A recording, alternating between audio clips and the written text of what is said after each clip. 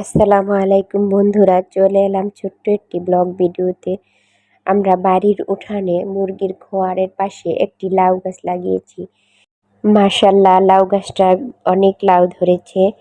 ফাহিম এখান থেকে কিছু লাউ কেটে নিচ্ছে, একটি লাউ কেটেছে। এদিকে আমাদের সাদা মুরগি ম্যাডাম ডিম পাড়ার জন্য খোয়ারের ভিতরে গেল। খোয়ারের পাশেই লাউ গাছের সাথে আমরা মরিচ গাছ লাগিয়েছি। এই মরিচ গাছগুলোতে বেশ ভালো মরিচ ধরেছে। আমরা গাছ, মুরগি সবকিছু জয়দেবপুর থেকে নেই।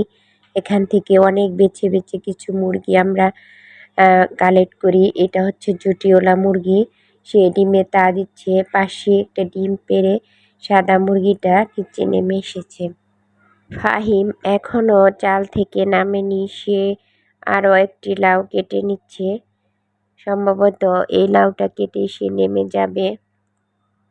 ফাহিমের সাথে সাথে ফাহিমের মুরগিও চালে উঠে বসে আছে। এই যে এটা হচ্ছে আমাদের উল্টা পশমের মুরগি। ডিম পাড়ার জন্য অলরেডি আরেকটা মুরগি বাসার ভিতরে চলে গেল। তাই দেখে চালে ওঠা মুরগিটা তাড়াতাড়ি নেমে আসছে তার বাসায় বসে কিনা দেখার জন্য। গত 2 বছর আগে জমির পাশে কিছু পেঁপে গাছ লাগিয়েছিলাম, সেখানে পানি ওঠার কারণে কিছু গাছ মারা গেছে।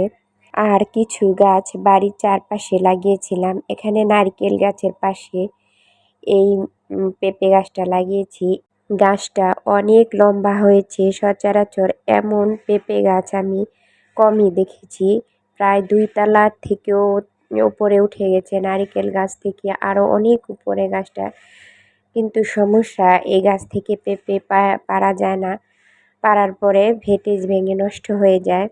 দেখতেই পাচ্ছেন অলরেডি পেঁপের অবস্থা, খাওয়ার কোনো উপযোগী থাকে না। এমনিতেও ঘাসটা কেটে ফেলবো, কারণ নারকেল গাছের ক্ষতি হচ্ছে, তাই সবগুলো পেঁপে পেরে নি। আজকের ব্লগটা এই পর্যন্তই। যারা যারা আমার ভিডিওটা দেখলেন সবাইকে অসংখ্য ধন্যবাদ। আল্লাহ হাফেজ।